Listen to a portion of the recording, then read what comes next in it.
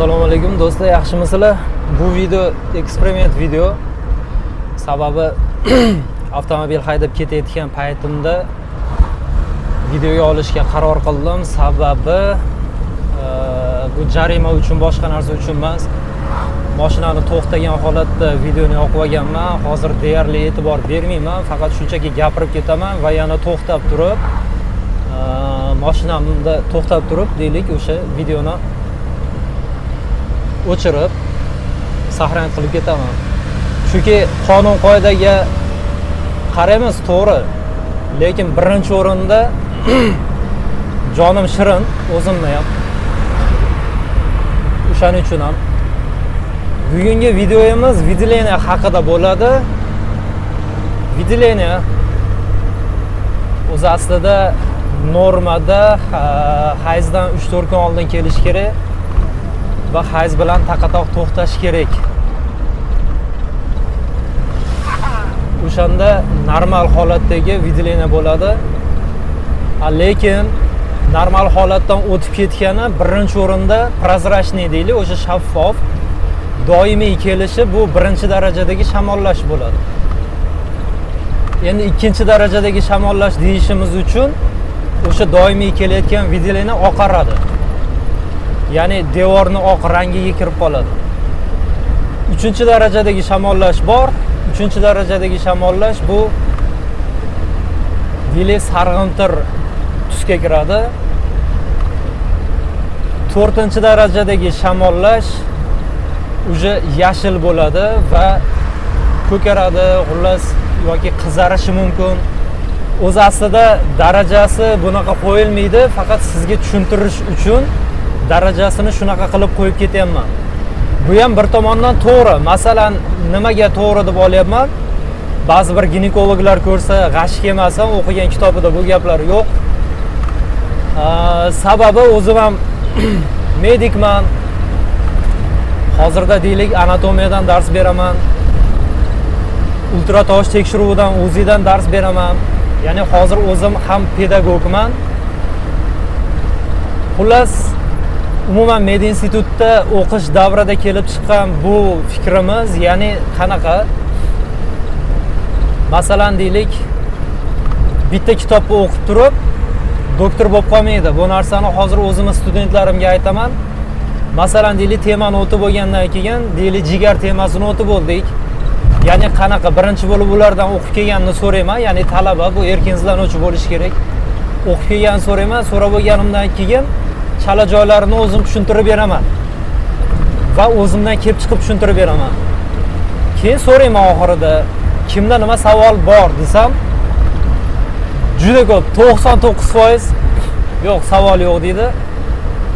Bu gapni hamma eshitgan. Nafaqat tibbiyot oliygoh talabalari, boshqa umuman maktabda o'qigan jamiki har bitta odam eshitgan bo'lishi kerak. Ikki xil holatda savol bo'lmaydi. Birinchisi yaxshi tushunganidan, ikkinchisi umuman tushunmaganidan deb aytiladi. Bu narsani eshitgansizlar. Shuni tushuntirib bermoqchiman-da. Ya'ni birinchisi yaxshi o'qiganidan, yo'q, men u fikrga qarshiman. Chunki masalan hozirgacha har bitta biladigan temamda ham yana qo'shimcha yangiliklar orttiraman. Chunki o'rganganingiz sari makroskopik ichiga kirib ketaverasiz. Nima desa bo'ladi? Har xil savolingiz ichida konfliktlar kelib chiqaveradi. Xullas, jamiki o'qigan odamda savol bo'ladi demoqchiman. Savol bo'lishi uchun qanaqa bo'lishi kerak? Ikkita kitobni o'qisangiz, ikkita kitobda o'sha savol kelib chiqishi kerak. Masalan, bitta kitob bitta odamni, ya'ni bitta avtor nomidan yozilgan, ikkinchi kitob boshqa odamning avtori tomonidan yozilgan, u o'zlaridagi eksperimentlarni yozib ketgan.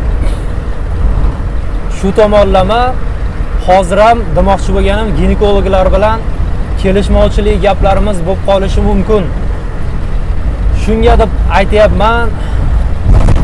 Shunaqa kelishmovchilik gaplarda qizishmanglar, shoshilmanglar. Kerak bo'lsa telefon nomerlarim bor, yozilyapti. Telefon qiling, men o'zimning o'tganlarini gapiray. Ya'ni o'zimning patsientlarimda qanaqa holatlar bo'lgan, o'shalarni aytib beray, shular bilan kelishaylik. Bitta kalla yaxshi, ikkita kalla undan ham yaxshi degan gap bor. o'zim ham doimiy patsientlarimga aytaman, o'zimga ishonmaganim uchun emas, boshqalar ham fikrini bilaylik degan maqsadda. Hozir ham xuddi shu maqsadda aytayapman, ya'ni bitta joyda diagnozi bilan hal qila olmaylar degan fikrni ko'p aytaman. Kerak bo'lsa o'zimni diagnozimni ham kerak bo'lsa boshqa joylar bilan solishtiring. Bu o'zimga ishonmaganim uchun emas, bu tasdiqlash uchun. Faqat endi ishonchli joyga borishni tavsiya qilamiz. Xullas, mavzudan ancha chekkaga chiqib ketdik. Uzr so'rayman uning uchun. Vaqtlaringni oldim, rozi bo'lasizlar.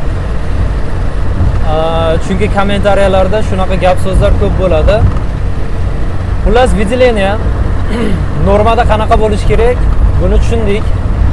Endi homiladorlik davrida ba'zida normada prozrachniy doimiy kelib turadi. Ba'zida oqishroq, oq emas, oqishroq doimiy kelib turadi. Buni ham normaga olamiz. Qachonki og'riqlar yo'q bo'lsa, qachonki o'sha oqishroq bo'lsa. Keyin jinsiy kontakt paytida ham shunaqa kontakt paytida, ya'ni bu nima deydi, ehtirosli hisobiga выделение ko'payadi. Bu ham norma. Buni ham chuqur qabul qilmaslik kerak. Va normalari uchinchisi, masalan, kontakt bo'lmagan paytda ham o'sha masalan ayol kishi o'ziga yarasha ehtiroslarga berilishi mumkin. Ya'ni u qanaqa ehtiros? Masalan, deylik, biror narsadan qo'rqib ketib ham shunaqa влажность bo'lishi mumkin. Misol deylik, birorta hayajonli voqea bo'lib ham shunaqa holat bo'lishi mumkin. Ularda ham deylik o'sha oqishroq bo'lsa, buni ham normaga olsangiz bo'ladi. Lekin yo'q, undan o'tyaptimi, demak u norma emas, shunga hushyor bo'lishlaring kerak.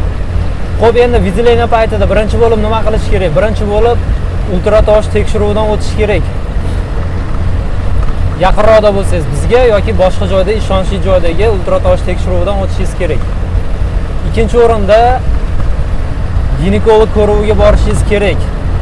Turmushga chiqqan bo'lsangiz, stolga chiqib erinmasdan ko'rinish kerak. Nimaga turmushga chiqqan bo'lsangiz deb aytayapman? выделение normada ham kelishi mumkin, normadan tashqari holat, ya'ni patologiyada ham, qiz bolalarda ham kelishi mumkin. Uni ham ultratovush tekshiruviga olib borish kerak, hijolat bo'lmasdan. Avval tekshirish kerak, diagnozlar to'g'ri qilib qo'yish kerak va davolash kerak. Maqsadimiz sizlarga yengillik yetkazish. To'g'risi, avtomobilda ko'p gapira olmas ekanman, balkim birinchisi bo'lgani uchundir, chunki ozgina yo'l baribir, bu meni xavfsizligim, chalg'ib qolyapman, mashinalardan chekkada olib qochib yurishga harakat qilyapman. Lekin baribir avtomobillar O'zbekiston sharoitidagi, ya'ni O'zbekiston muhitida katta bo'lgan shofyor akalarimiz tomonidan avtomobillar bizga ozgina noqulaylik tug'diryapti. Buning uchun uzr so'rayman. Xullas, savollaring bo'lsa bemalol lichkamga yozsalaring ham bo'ladi. Lotinchada Uzi, pastga chiziqcha и Farg'ona. Farg'onani endi lichkada yozishda tutuq belgi, ya'ni o'shaqa qosh qo'yadigan bo'lsa chiqmay qoladi. Shuning uchun Uzi Farg'ona deb yozsangiz, Telegramda ham chiqaman, Instagramda ham chiqaman. Bemalol aloqaga chiqsangiz bo'ladi. Telefon raqamlarim 91 191 1339. Farg'ona viloyati bo'yicha uyga borib ultratovush tekshiruv o'tkazish bilan ham shug'ullanaman. Mabodo harakati cheklangan odamlarga bemalol telefon qilib chaqirsalaring, kelishilgan vaqtda, kelishilgan summaga borib tekshirib beramiz. O'zim Quva tumanidanman, Farg'ona viloyati Quva tumanidan.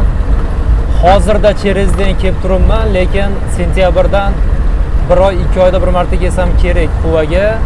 Hozir avgust oyidamiz. Xullas, shunaqa gaplar, savollar bo'lsa yana bemalol yozaveringlar. Bu nimaga bu aynan videolarni boshladimmi, oxirigacha olib bormaganimiz sababi birinchidan video cho'zilib ketyapti, uning uchun uzr. Ikkinchidan bu videoni eksperiment qilib olyapman. Uchinchidan oddiy o'sha videolarni doimiy kelsa ham, tvorojinniy kelsa ham, hattoki yashil holatda kelsa ham og'riq bermayaptimi? Misol doktorga bormaydigan bemorlarimiz ko'p. Shuning uchun ogoh bo'linglar. Hattoki bu videolarni matkani olib tashlashgacha olib borishi mumkin. Shunaqa bezovtalik berishi mumkin. Hattoki buni amalda ko'rganmiz. Rak, endometrioz, balobattar, xullas deylik yomon kasallarga olib kelishi mumkin, aynan shu выделение. Shuning uchun oldini oling degan maqsadda bu videoni qilyapman. Qo'ldan kelgancha sog' salomat bo'linglar. Yana savollar bo'lsa bemalol aytinglar. Bemalol shug'ullanishga harakat qilamiz. Tinch bo'linglar. Baxtinglarga rozi bo'linglar.